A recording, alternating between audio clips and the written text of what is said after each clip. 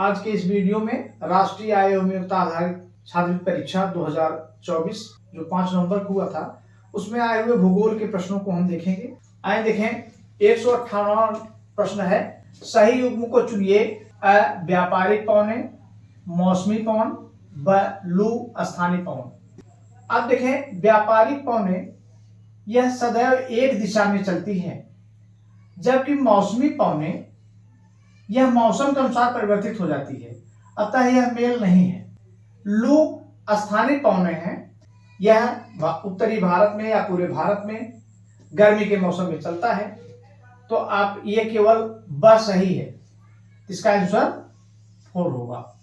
159वां सवाल देखें। द्रवित मैग्मा से बने शैल हैं। द्रवित मैग्मा से आग्नेय शैल बनता है, इसका आंसर फर्स्ट होगा।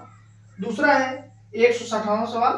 जब वृष्टि तरल रूप से पृथ्वी पर आता है तो उसे हम कहते हैं। वृष्टि का अर्थ ही होता है बरसात, अर्थात यह वर्षा है, इसका दूसरा आंसर सही है। अगला देखें 161वां। भूमि जल निर्मित स्थलाकृति है। भूमि जल निर्मित जो स्थलाकृति होती है यह स्टेलेक्टाइट है। यह छत पे से, जहां कैल्शियम चूना पत्थर या इस तरह के बने होते हैं, वहां से जब पानी रिसता है तो रिस करके तो ऊपर दीवार में से जो स्तंभ बना होता है, दीवार का जो स्तंभ बनता है, यह लटका हुआ भाग स्टेलेक्टाइट कहलाता है।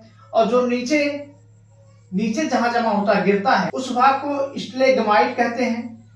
और जब ये दोनों मिल करके ये यहाँ गिरते गिरते और ये बढ़ते बढ़ते एक दूसरे मिल जाते हैं तो ये स्तंभ का निर्माण करते हैं। तो इसका आंसर ए सही है। अगला सवाल। विक्टोरिया मरुस्थल किस महाद्वीप में है?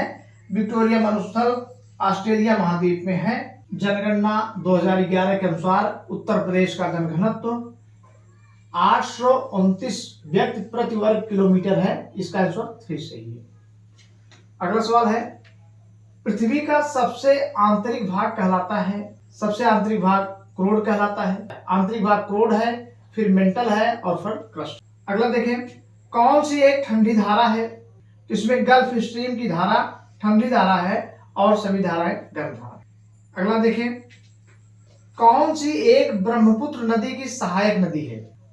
लोहित नदी ब्रह्मपुत्र की सहायक नदी है और यह नदी, इसमें लाल रंग की मिट्टी पाई जाती है, जिसके कारण इसका रंग लाल होता है, लोहित कहलाती है।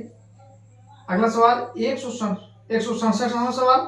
काली मिट्टी पाई जाती है, यह महाराष्ट्र में पाई जाती है, जो कपास की खेती के लिए सर्वाधिक उपयुक्त होती है।